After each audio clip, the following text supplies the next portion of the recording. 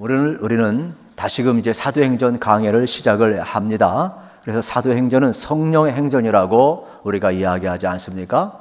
그러면 특별히 사도행전은 이 성령의 역사와 함께 마가다락방 오순절 성령의 역사와 함께 초대교회가 태동이 되었습니다. 그러면 교회는 성령으로부터 시작을 한 겁니다. 그런데 교회만 세운 것이 아니라 그 시대를 변화시키는 놀라운 일이 일어났음을 우리는 발견을 할 수가 있습니다. 이렇게 성령의 역사를 따라 쓰임받았던 인물이 있는데 그게 누구냐? 사도 바울이 되겠습니다. 사도 바울은 성령의 역사를 따라서 그가 순회 전도를 하고 이제 오늘 본문은 3차 전도 여행을 하는 내용이 되겠습니다. 3차 전도 여행을 하면서 이미 바울은 2차 전도 여행 때 에베소를 지나왔습니다. 그런데 에베소에 오래 머물 수가 없어서 다시 오마 약속하고 그곳을 지나갔습니다. 그래서 그 약속을 기억하면서 이제 그는 갈라디아와 또 여러 지역을 거쳐서 에베소에 이제 오게 된 내용을 볼 수가 있습니다. 그리고 에베소 교회에 와서 그가 하는 일들을 보게 되면 오늘 1절, 2절에는 이렇게 시작을 하고 있습니다. 아볼로가 고린도에 있을 때에 바울이 의지방으로 다녀 에베소에 와서 어떤 제자들을 만나 이르되 너희가 믿을 때 성령을 받았느냐? 이르되 아니라 우리는 성령의 계심도 듣지 못하였노라 말씀하고 있습니다. 이제 바울이 에베소에 와서 묻습니다. 너희가 믿을 때 성령을 받았느냐? 그런데 이들은 성령을 알지도 못하는 겁니다. 듣지도 못하는 겁니다. 그러면서 그들은 아볼로를 통하여서 우리가 요한의 세례에 대해서 받았다라고 이야기를 합니다. 그러면 왜 갑자기 아볼로가 소환이 되었을까요? 아볼로는 이미 여러분 고린도에서 만난 인물이 되겠습니다. 그리고 또 동시에 아볼로는 언변이 아주 뛰어납니다. 그리고 아볼로는 성경에 능통한데 그 당시 성경이라 그러면 구약 성경을 이야기하게 되겠습니다. 그런데 아볼로조차도 복음을 전했는데 아볼로가 이 에베소에 방문해서 그가 전도를 하였을 때 한 12명쯤 믿는 사람들이 있었다 그랬습니다. 그러면 바울을 통해서 믿었던 아볼로를 통해서 믿었던 에베소 교회에는 지금 12명의 제자들이 있었다라고 이야기를 합니다. 그리고 바울이 이제 다시금 돌아와서 이 에베소에 3년 동안 있으면서 복음을 전하는데 첫 포문이 뭐냐? 너희가 믿을 때 성령을 받았느냐였습니다. 그런데 이들은 성령에 듣지도 못했고 요한의 세례만 그는 받았다라고 들었다라고 알고 있다라고 이야기를 하는 겁니다. 그러면 이것이 과연 에베소 교회의 문제이냐? 그렇지 않습니다.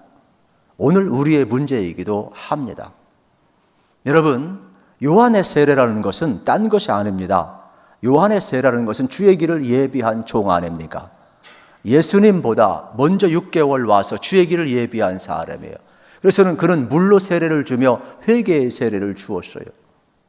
이제 하나님의 나라가 가까워오는데 누구든지 다 회개하라. 그리고 내 뒤에 오시는 이는 너희에게 불과 또 물과 성령으로 세례를 줄 것이라 이야기했어요.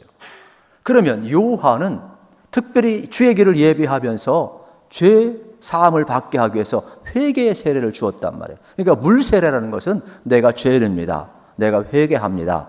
이러한 것이 되겠지요. 그러나 이것 가지고는 안 된다. 내 뒤에 오시는 이는 불과 성령으로 너희에게 세례를 줄 것이다. 그러면 예수님을 믿으라고 분명히 이야기를 했습니다. 나는 그분의 신들매도 감당할 수 없다라고 이야기를 했습니다. 그러면 이러한 모습은 지금 에베소 교회의 모습이란 말이에요. 그런데 바울이 와가지고 너희가 믿을 때 성령을 받았느냐 이야기하고 있어요. 여러분을 향해서 오늘도 마찬가지가 되겠죠. 여러분 지금 교회에 와 있어요. 여러분 예수를 다 믿어요. 이미 나는 죄인입니다. 회개한 사람들이에요. 그리고 지금 예비하고 있는 사람들이에요. 그런데 여러분들에게 여러분 믿을 때 성령을 받았습니까? 질문하는 것과 똑같아요. 우리는 예수를 믿는 것 같지만은 정말로 여러분 성령의 충만함과 성령 안에 거하는 것은 전혀 다름을 알아야 합니다. 그러면 제가 좀 외람된 질문을 똑같이 바울처럼 드리겠습니다. 여러분 예수님 믿으시죠? 그러면 여러분 안에 예수님이 거하십니까? 할렐루야. 예수 믿는다는 것과 예수님이 내 안에 거한다는 것이 같아야 됩니다. 그런데 우리는 예수 믿을 수 있습니다. 에베소 교인들처럼. 그러나 내 안에 예수님이 계신 것은 전혀 다른 차원입니다. 그래서 바울은 예수를 믿어도 일회적으로 단타적으로 왔다 갔다 하면 안 된다. 정말로 성령 세례 받았으면 정말로 예수님이 내 안에 거해야 된다라고 이야기를 하는 겁니다. 이 시간 우리가 이 자리에 와 있다 할지라도 예수님이 내 안에 거할 수도 있고 거하지 않을 수 있다는 것을 알아야 되겠습니다. 그래서 바울은 지금 에베소 교인들을 향하여 죄를 고백하고 회개하는 요한의 세례를 받았지만은 정말로 성령 세례 받아서 완전히 성령의 불로 예수의 보혈로 죄를 씻어주시고 깨끗이 고침받는 이 사함의 사죄 확신을 갖고 내 안에 성령님이 계셔서 이제는 내가 죄에 대해 죽고 의에 대해 살고 예수님과 하나임을 확증하고 내 안에 계신 예수님을 붙들고 살라라고 이야기를 하는 겁니다. 죄에 대한 통회와 죄사함만이 아니라 성령님이 내 안에 내주하셔야 된다라는 겁니다. 그래서 4절에서 바울은 이렇게까지도 다시 한번 요한의 말을 인용을 하고 있습니다. 요한이 회개의 세례를 베풀며 백성에게 말하되 내 뒤에 오시는 이를 믿으라 하였으니 이는 곧 예수라. 요한조차도 나는 물로 세례 주지만 내가 죄인이라고 고백하는 데서 회개하는 데서 그쳐서는 안 된다. 그걸 넘어서야 된다. 예수님을 영접하고 예수님과 연합하고 완전히 죄에 대해 죽고 예수님과 다시금 살고 그래서 내 안에 예수님이 거하셔야 된다라고 이야기를 하는 겁니다. 저도 예수님 믿죠. 죄사함 받았죠. 여러분도 예수님 믿고 다 죄사함 받았죠. 그러나 성령님이 내주하는 건 다르다 이 말이에요. 정말로 성령님이 내 안에 내주하는 것이 성령 세례고 성령의 충만함임을 우리에게 가르쳐주고 있는 겁니다. 고린도전서 12장 3절 말씀을 보면 그러므로 내가 너희에게 알리노니 하나님의 영으로 말하는 자는 누구든지 예수를 저주할 자라 하지 아니하고 또 성령으로 아니하고는 누구든지 예수를 주시라 할 수 없느니라. 여러분, 우리가 예수님을 주로 고백하는 것은 성령의 역사라는 겁니다. 그러면 우리는 믿어야 되는데 성령님이 한번 역사하는 것을 우리가 믿었어요. 그러나 성령님이 영원히 내주하는 것을 우리가 믿어야 된다는 거예요. 하나님의 은혜로 우리가 예수를 주로 고백하고 하나님의 은혜로 우리가 죄사함을 받았지만은 주님을 어떻게 돼요? 밀어나면 안 된다는 거예요. 정말로 주님이 내 안에 계셔야 된다는 거죠. 성령 세례라는 것은 바로 죄만 고백하는 것이 아니라 죄사함만 받는 것이 아니라 내 안에 성령님이 내주하시는 것을 이야기하고 있습니다. 그러므로 이 시간 우리는 고백을 해야 합니다. 성령님이 역사하셔서 예수를 주로 고백하게 했다면 성령님이 역사하셔서 내 모든 죄를 사함을 확증시켜 주셨어요. 그러면 내가 하나님의 자녀인 것을 여러분들 이 시간 내 안에 성령님이 증언하고 있어요. 그러면서 우리가 연약하고 쓰러지려고 할 때 내 안에 계시고 내 옆에 계셔서 성령님은 말할 수 없는 탄식으로 어떻게 합니까? 내가 하나님의 사람임을 확증시켜 주고 있다라고 이야기를 하는 겁니다. 그래서 에베소 교인들을 향하여서 너희가 아볼로로부터 요한의 세례만 가르침을 받았지만은 이제는 진실로 예수를 믿어야 한다. 성령 세례를 받아야 된다. 분명하게 증언하고 있음을 우리에게 가르쳐 주고 있는 겁니다. 그렇습니다. 여러분, 그래서 바울이 직접 말씀을 전하고 안수를 해요. 6절에 보게 되면은 이렇게 기록이 되어 있습니다. 바울이 그들에게 안수하며 성령이 그들에게 임하심으로 방언도 하고 예언도 하니 말씀하고 있어요. 이제 회개의 세례를 넘어서 여러분 예수 그리스도의 이름으로 안수하였을 때 성령이 임했고 방언도 했고 예언도 했고 놀라운 역사가 나타났단 말이에요. 그러면 우리 안에 주님이 내주하시는 것이 얼마나 중요하냐. 주님과 함께 사는 거죠. 정말로 여러분이 주님을 의식하고 있느냐? 정말로 여러분 안에 주님이 계시냐? 정말로 주님이 내 안에 내주하시냐? 지금 묻고 있는 내용이 오늘 본문이에요. 그래서 우리는 어떻게 우리가 믿을 때 성령 받았냐 이야기할 때 요한의 세례만 가지고는 안 된다라는 것이죠. 내가 예수 믿습니다. 내가 회개했습니다. 그것만 가지고는 안 된다라는 거예요. 정말로 내 안에 주님이 들어와야 돼. 그리고 내가 주님 안에 들어가야 돼. 주님을 의식해야 되는 것이죠. 이걸 가리켜서 성령 세례라고 지금 이야기를 하고 있음을 발견하게 되는 겁니다. 그래서 예수를 주로 고백한 사람들, 죄사함의 확증을 가진 사람들, 성령님이 내 안에 계셔서 내가 하나님의 사람임을 계속해서 확증시켜주고 있음을 발견할 수가 있습니다. 그래서 바울은 이러한 질문을 던지면서 에베소에 3년간 무려 있게 됩니다. 왜요? 믿음이 너무나 연약하니까 에베소를 떠날 수가 없어요. 처음에는 워낙 바빠가지고 짧게 있다가 떠났는데 다시금 또 왔는데, 바울은 3개월 동안 회당에서 전하는데 아무도 안 믿어요.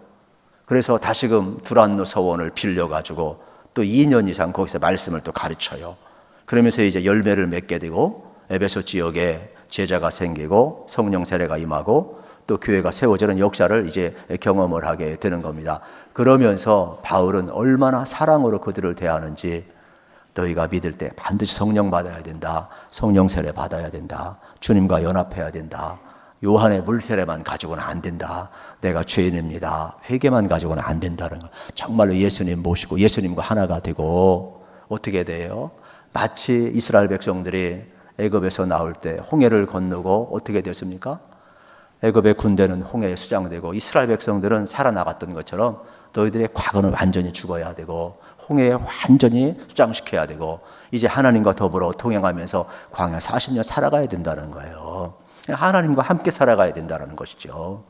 그래서 지금 너희가 믿을 때에 정말로 성령을 받았느냐, 일성이 아니라 지속성을 이야기하고 성령의 내주를 지금 이야기하고 있어요. 그래서 성령 세례, 성령 충만함은 성령님이 우리 안에 거하심을 이야기하고 있음을 발견하게 되는 겁니다. 찰스 스윈들 목사님은 성령의 품에 안기라는 책에서 성령 충만하게 될 때 우리에게 일어나는 현상을 여러 가지로 설명을 해 주었어요. 그러면 우리가 성령 세례 받고 성령님이 내 안에 내주하게 되면은 어떠한 일들이 벌어지냐? 첫째는 우리 마음이 열려서 서로 가르침을 잘 받게 되어 있어요. 그래서 에베소서 5장에 보면 서로 화답한다라는 말이 나오고 있습니다. 그러면 서로 화답한다는 것은 뭘 의미하느냐? 마음이 활짝 열려서 가르침도 잘 받을 뿐만 아니라 서로 대화를 나눌 때 유익이 되는 대화를 나눠요. 좋은 정보를 서로 교통을 해요. 그래서 성령의 이 교통하심 속에서 서로 어떻게 됩니까? 서로 유익한 말을 하는 거예요. 그래서 가르침도 잘 받게 되고 마음도 잘 열리게 되고 서로 유익을 주는 그러한 소통이 이루어짐을 우리에게 가르쳐주고 있습니다. 그리고 또 성령이 우리 가운데 충만히 임하게 되면 우리 마음에 음악이 솟아난다 그랬어요. 그래서 신령한 노래로 노래하며, 예배서 5장에 보면은 성령이 우리에게 임할 때는 이건 뭐냐? 우리 마음속에 찬양이 임한다라는 거예요. 우리 마음속에 기쁨이 임한다라는 거예요. 우리 마음속에 노래가 임한다라는 거예요. 그래서 신령한 노래로 뜨거운 마음으로, 원어에 보면 뜨거운 마음으로 하나님을 노래하고 하나님을 예배한다 그랬어요. 그러니까 성령님께서 우리를 이끌어갈 때 하나님 앞에 예배할 수가 있다라는 거예요. 우리는 습관적으로 교회 온 줄 알잖아요. 주일이기 때문에 예배 드리는 줄 알잖아요. 그렇지 않다라는 거예요. 성령과 연결되지 아니하면 이 시간 여기 올 필요가 없다라는 거예요. 그리고 또 네 번째로는 여러분 성령 충만하면 우리 마음이 겸손해져요. 왜냐하면 에베소에 있는 말씀처럼 그리스도를 경험으로 피차 복종하라. 그리스도를 어떻게 합니까? 존중히 여기다 보니까 당연히 내 마음과 내 자세가 겸손할 수밖에 없죠. 상대를 귀하게 여기는데 교만한 사람이 어디 있겠어요? 당연히 그리스도를 경외하는 사람은 겸손한 마음을 가질 수밖에 없죠. 그래서 성령의 역사하는 사람은, 이렇게 성령이 내주하는 사람은 성령을 따라서 살아가는 모습을 우리에게 가르쳐 주고 있습니다. 그래서 8절 9절에 보아도 여러분, 바울이 회당에 들어가서 석 달 동안 담대히 하나님 나라에 관하여 강론하며 권면하되 어떤 사람들은 마음이 굳어 순종하지 않고 무리 앞에서도 이 도를 비방하거늘 바울이 그들을 떠나 제자들을 따로 세우고 또 두란노 서원에서 날마다 강론하니라. 여러분, 조금 전에 설명드린 내용이잖아요. 바울은 열심히 회당에서 복음 전했는데 아무도 안 들어요. 그래서 자기는 나와서 두란노 서원을 이제 빌려요.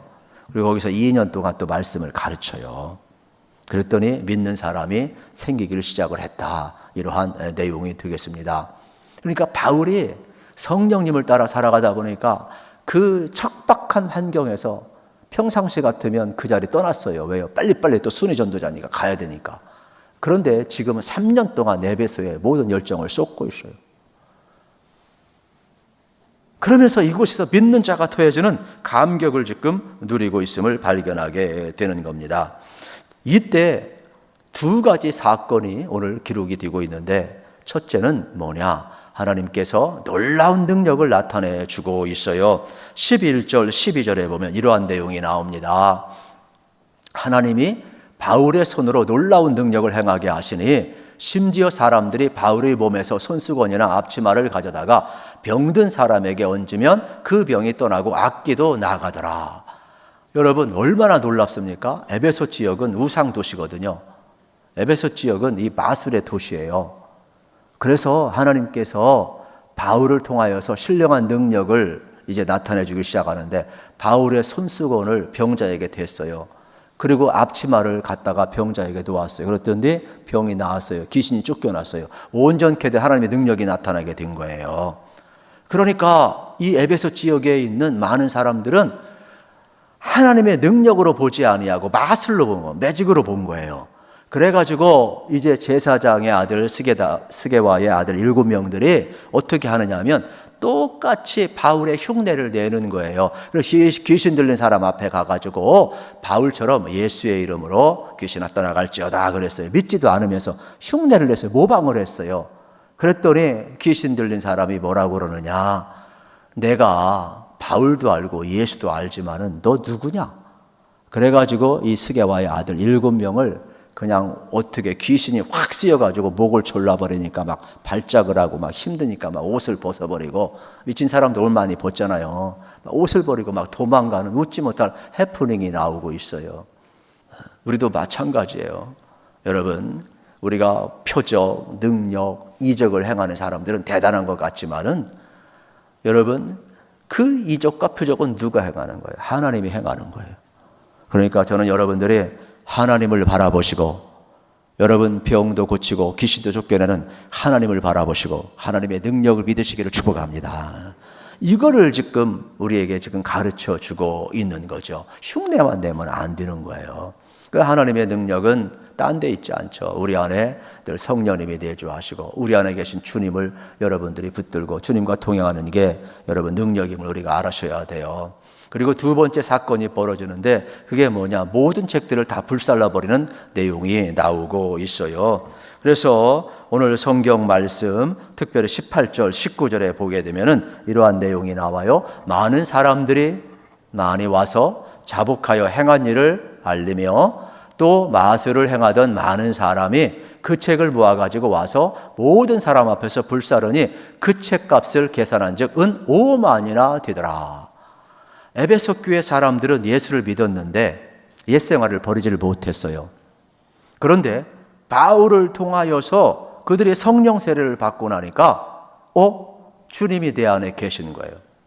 주님이 내 안에 계신 거, 주님을 의식하고 주님의 눈으로 보니까 자기들이 우상을 섬기는 거나 마술을 행하는 거나 또 자기가 밥벌이 먹게 하기 위해서 가지고 있던 수많은 책들이 전부 다 주님이 기뻐하지 않는 것을 보게 되는 거예요.